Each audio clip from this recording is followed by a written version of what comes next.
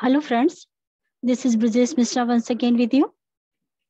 Today's topic is tips and tricks to speak English. How to speak English, that I am going to tell you. मेरा कहने का मतलब है कि आज के टॉपिक में मैं आपके लिए लेकर आई हूँ कुछ टिप्स और ट्रिक्स कि कैसे आप अच्छे तरीके से अंग्रेजी बोल सकते हैं। तो फ्रेंड्स, अगर आपने अभी तक हमारा चैनल शेयर नहीं किया है, हमारे वीडियोस को शेयर नहीं किया है, तो प्लीज इसको शेयर कीजिए लोगों के साथ और आप भी हमारे साथ जुड़िए। मैं आपको बताऊंगी कि किस तरीके से आप बहुत ही आसानी से अंग्रेजी बोलना सीख सकते हैं। सबसे पहले आपको ये ध्यान दिलाऊं मैं आपको कि जो भी चीजें मैंने आपको बताई हैं, जैसे कि नाउन, प्रोनाउन क्या होते हैं, ये एडजेक्टिव क्या होता है, सब्जेक्ट क्या होता है, इन चीजों को थोड़ा हमें हमेशा माइंड में रखना होता है, तभी हम अंग्रेजी बोलना सीख पाते हैं। तो सबसे पहले जो छोटे छोटे ग्रामर के टॉपिक्स मैंने आपको वीडियोस में बताए हैं, तो प्लीज आप उनको देखते रहिए। अगर आपको ध्यान में नहीं आता है कोई चीज तो अब हमारे पास क्या है कि जो pronoun, noun, adjective, subject, object, verb, ये 4-5 चीजें जो हैं, थोड़ा सा भी अगर आप अपने दिमाग में इनकी डेफिनेशन रख लें, इनकी जो परिभाषा है, क्या चीजें ये होती हैं, तो आपको बहुत आसानी होगी अंग्रेजी बोलने में और समझने में। तो आइए स्टार्ट करते हैं अपना टॉपिक। मैंने आपको यहाँ पर कुछ टिप्स दिए हैं, वो मैं आपको पहले बताती हूँ कि क्या चीज है वो। Make up your mind, you can do it. I assure you, make up your mind, make up your mind, you can do it. मैं आपको ये आश्वासन देती हूँ कि अगर आप अपना दिमागी तौर पे अपने आप को तैयार कीजिए कि आपको अंग्रेजी बोलना सीखना ही है, और ये भरोसा दिलाइए कि आप इसको बहुत आसानी से कर सकते हैं। अगर मैं सीख सकती हूँ, कोई बहुत सारे लोग अंग्रेजी बोलते हैं। ये जरूरी नहीं है कि अंग्रेजी आपकी मदर टंग नहीं है तो आप नहीं सीख सकते। हमारे हिंदुस्तान में बहुत सारे लोग अंग्रेजी बोलते हैं जिनको कि शुरुआत में प्रॉब्लम हुई थी, उन्होंने भी सीखा है। एक भाषा है जिसको कि आप आसानी से सीख सकते हैं अगर अपना दिमाग आप रेडी कर लें। तो अपने माइंड को रेडी करिए और अंग्रेजी बोलना सीखिए, और आप इस बात को मान लीजिए कि आप बिल्कुल ऐसा कर सकते हैं।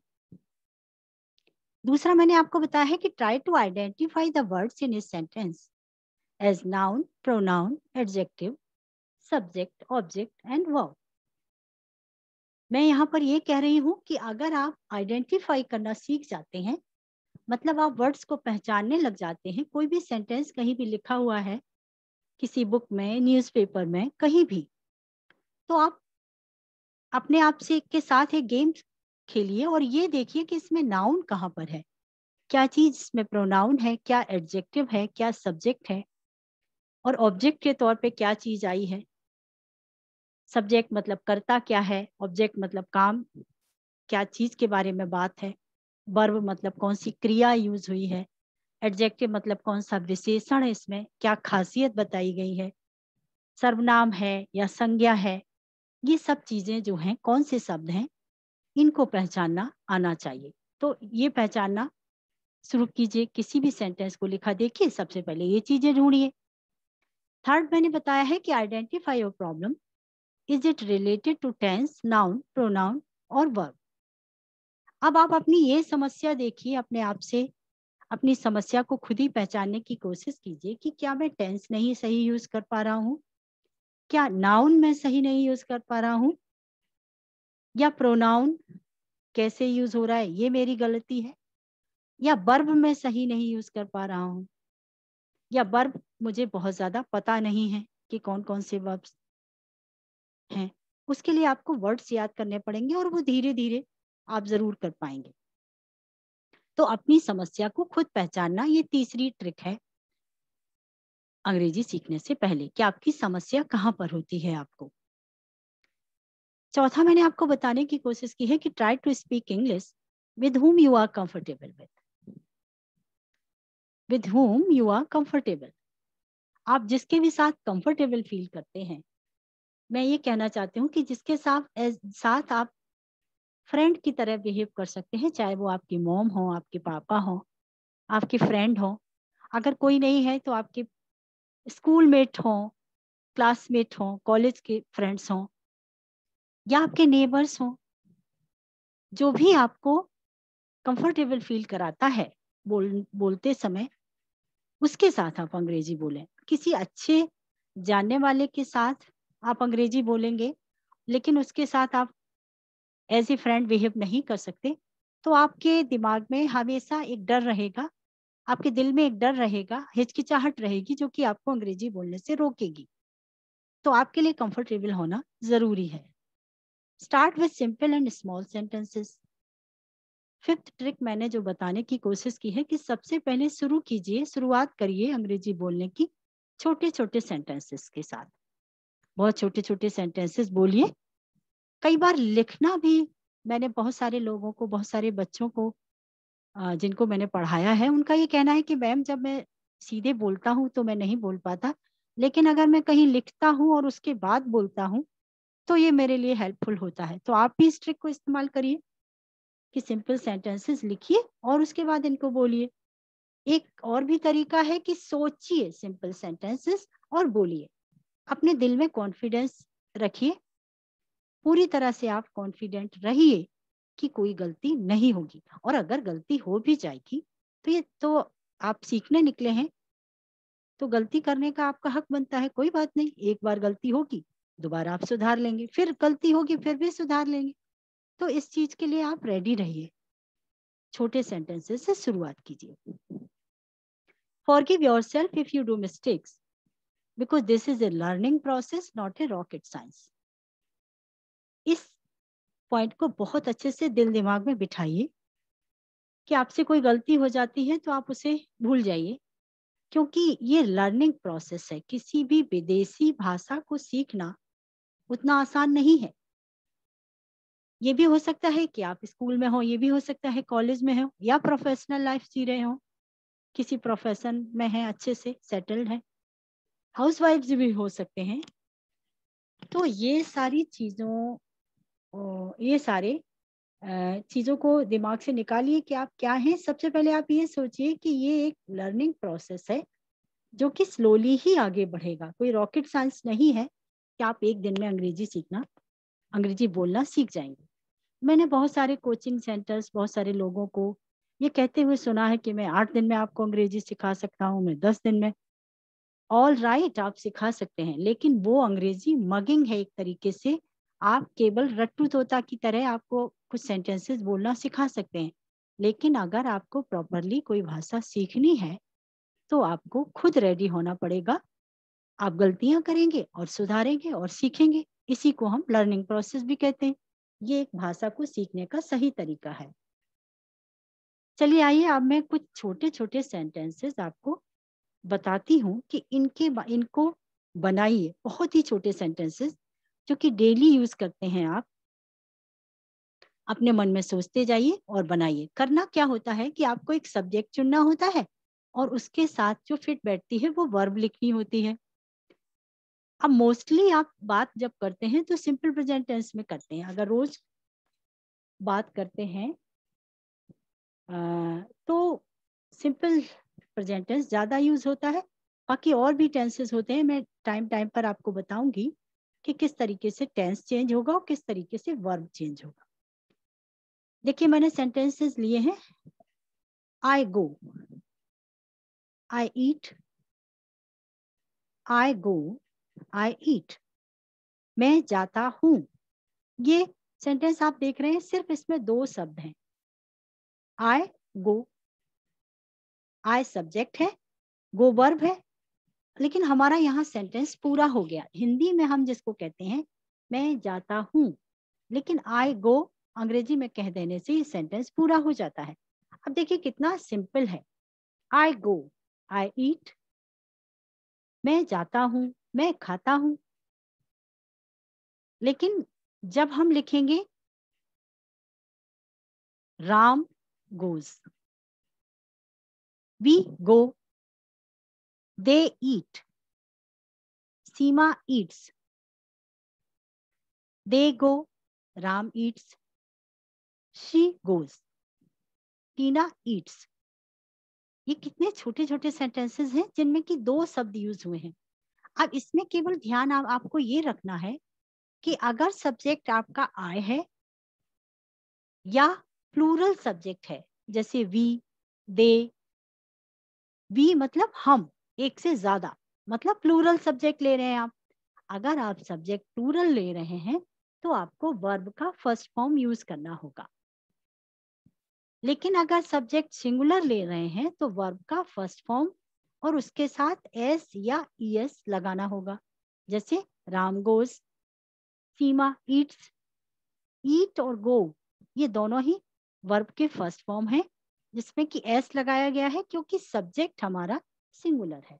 तो केवल दो बातें आपको ध्यान में रखनी है कि सब्जेक्ट अगर प्लूरल प्लूरल ले रहे हैं, माने बहुवचन का उपयोग कर रहे हैं, तो वर्ब का फर्स्ट फॉर्म यूज करेंगे बिना एस ई एस के। लेकिन अगर सब्जेक्ट प्लूरल ले रहे हैं तो वर्ब का फर्स्ट फॉर्म यूज होगा बिना एस ई एस के। सिंगुलर सब्जेक्ट मतलब एस ई एस वर्ब के साथ, अगर प्लूरल सब्जेक्ट तो नो एस और ई एस। केवल दो बात आपको ध्यान रखनी है। We go, they eat, we go हम जाते हैं, दे ईट वे खाते हैं, राम गोज राम जाता है, दे गो वे जाते हैं, शी गोज शी गोज वह जाती है, टीना ईट्स टीना खाती है, राम ईट्स राम खाता है, सीमा ईट्स सीमा खाती है। जैसे ही हम प्लूरल पे जाते हैं दे, वो ईट रह जाता है, एस उसमें नहीं होगा। तो ध्यान रखिए, आई को हम प्लूरल सब्जेक्ट की तरह यूज करते हैं। उसके अलावा जो भी सिंगुलर सब्जेक्ट्स हैं उनके साथ एस लगाते हैं वर्ब के फर्स्ट फॉर्म के साथ। मैंने कुछ और सेंटेंसेस आपको बताए हैं कि इस तरह के सेंटेंसेस आप बोलते हैं अपने बारे में। तो अपने बारे में आप जब भी बोलेंगे तो कैसे बोलेंगे, किस किस तरीके की चीजें बोलते हैं, बोलेंगे आप रोज की लाइफ में। सपोज आप किसी को बता रहे हैं अपने बारे में, तो आप कैसे बताएंगे?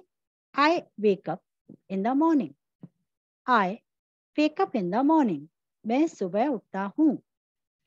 आई लव योगा, मुझे योगा पसंद है। I cook for my self, मैं अपने लिए खाना भी पकाता हूँ। आई लव टू सिंग, मुझे गाना गाना पसंद है। I love to meet people, मुझे लोगों से मिलना पसंद है। आई कैन हेल्प यू, मैं आपकी मदद कर सकता हूँ। मैं आपकी मदद कर सकता हूँ। I'll call you, I'll call you। अब देखेंगे आप, यहाँ पर मैंने टेंस बदल दिया, मैंने विल का उपयोग किया है। कोई बात नहीं, आप कह सकते हैं इस तरीके से। ज्यादा ध्यान आपको टेंस पर नहीं देना है, केवल हेल्पिंग वर्ब बदली जाती है और छोटे छोटे चेंजेस किए जाते हैं, उनको ध्यान में रखना है। I'll call you, मैं आपको कॉल करूंगा। ये फ्यूचर टेंस है, सिंपल टेंस। जैसे किसी कोई भी बात आप अगर फ्यूचर के बारे में कहना चाहते हैं कि मैं कॉल करूंगा, मैं घर जाऊंगा, I'll go home, मैं आपको मार्केट में मिलूंगा। I'll meet you in the market, यहाँ पर W साइलेंट होता है, I'll meet you या I'll call you। W silent है विल में, आप ऐसे नहीं कहेंगे I will call you। अगर आप नए हैं कोई बात नहीं, अगर आपसे मिस्टेक होती है आप वैसे बोलिए जैसे आप बोल पा रहे हैं। धीरे धीरे इम्प्रूव करने की कोशिश करेंगे आप, तो बोलेंगे I'll call you, I'll call you। Double L, I L, I के बाद डबल एल जो है उसको प्रोनाउंस करते हैं, डब्ल्यू को साइलेंट रखते हैं। आई डिड माई वर्क, यहाँ पर मैंने सिंपल पास्ट यूज किया है। आई डिड माई वर्क, मैंने अपना काम किया था। आई am reading news paper, I am reading newspaper, I am reading newspaper. यहाँ पर एम रीडिंग जो यूज हुआ है ये कंटिन्यूअस टेंस को बता रहा है। अगर आप कोई काम कर रहे हैं तो आप कहेंगे I am reading newspaper. I am doing my work, अगर आप कोई काम कर रहे हैं तो कहेंगे डूइंग माई वर्क। अगर न्यूज़पेपर पढ़ रहे हैं तो कहेंगे I am reading newspaper. I am calling you, मैं आपको बुला रहा हूँ। I am talking to someone, मैं किसी से बात कर रहा हूँ। I am trying to sleep, मैं सोने की कोशिश कर रहा हूँ। तो इस तरह से वर्ब में जब आईएनजी लगा देते हैं तो रहा के सेंस में जो भी बात आप कहना चाहते हैं वो कह सकते हैं। आई चेक्ड माई मेल, मैंने अपनी मेल चेक की थी। यहाँ पर सिंपल पास्ट यूज हुआ है, कोई काम आप जो कर चुके हैं उसके लिए आप कहेंगे I checked my mail, I cleaned my table, I have finished cooking. कोई काम जो आपने शुरू किया था और वो पूरा हो चुका है और आप किसी को ये बात बताना चाहते हैं तो आप कहेंगे कि आई हैव फिनिश्ड कुकिंग, मैंने अपनी कुकिंग खत्म कर ली है। I love to talk with you, I love to meet you, I love to see you. जैसे आप किसी को ये कहना चाहते हैं कि मुझे आपसे बात करना पसंद है, या मुझे आपसे मिलना पसंद है, या आपको मिलना देखना मैं पसंद करता हूँ, तो आप इस तरह से सेंटेंसेस बोलेंगे। I love to talk with you, I love to see you, I love to visit you, मैं आपके घर मिलने आना पसंद करता हूँ। I love to talk with you, मैं आपसे बात करना पसंद करता हूँ। I love to see you, मैं आपसे मिलना पसंद करता हूँ। I love to converse with you, मैं आपसे I love to discuss with you, इस तरह से मैं आपके साथ डिस्कस करना पसंद करता हूँ। तो इस तरह से अपनी फीलिंग्स जाहिर करते हैं। कोई भी भाषा टेक्निकली, ग्रामेटिकली वो एक लैंग्वेज का दूसरा पैटर्न है, लेकिन जनरली कोई भी भाषा फीलिंग्स को एक्सप्लेन करने के लिए बोली जाती है। तो हर समय आपको बहुत कॉन्शियस रहने की जरूरत नहीं है कि आप क्या बोल रहे हैं, आप केवल अपनी फीलिंग्स पर ध्यान दीजिए और अपने टोन पर भी ध्यान दीजिए। बोलते समय आपकी टोन भी चेंज होती है। जैसे अगर आप कोई प्रश्न पूछते हैं तो उस तरह से टोन चेंज होती है। What's your name, what would you like to have, come come with me. तो पॉज भी लीजिए, अपना टोन भी चेंज कीजिए और धीमे धीमे अपने प्रोनाउंसिएशन पर भी ध्यान दीजिए। अपने प्रोनाउंसिएशन को ठीक कीजिए, वो भी काम आएगा। और अगर ग्रामेटिकली कोई मिस्टेक हो जाती है, ग्रामर के अकॉर्डिंग कोई मिस्टेक हो जाती है तो आप उसे जाने दीजिए। बहुत कॉन्शियस रहेंगे तो आप बोल नहीं पाएंगे, लेकिन कॉन्फिडेंट रहेंगे तो बोल पाएंगे। और छोटी मोटी मिस्टेक्स को धीरे धीरे सुधारते रहिए। तो फ्रेंड्स, मेरे वीडियोस को शेयर कीजिए। आई होप कि आपको हमारा टॉपिक पसंद आया होगा। जल्दी ही हम और भी ट्रिक्स आपको बताएंगे और इसी तरह से छोटे छोटे सेंटेंसेस के माध्यम से हम आपको और एक्सप्लेन करेंगे कि किस तरीके से आप आगे से आगे सीखते रहिए। तो प्लीज हमारे वीडियोस को शेयर कीजिए और कमेंट बॉक्स में जाके हमको ये आज के टॉपिक के बारे में जरूर बताइए कि आपको इसमें क्या बात हमारी समझ आई और किस तरह से और मैं आपको हेल्प कर सकती हूँ। चलिए आज की मीटिंग यहीं खत्म करते हैं। जल्दी ही फिर मिलते हैं मेरे नेक्स्ट वीडियो में। Thank you.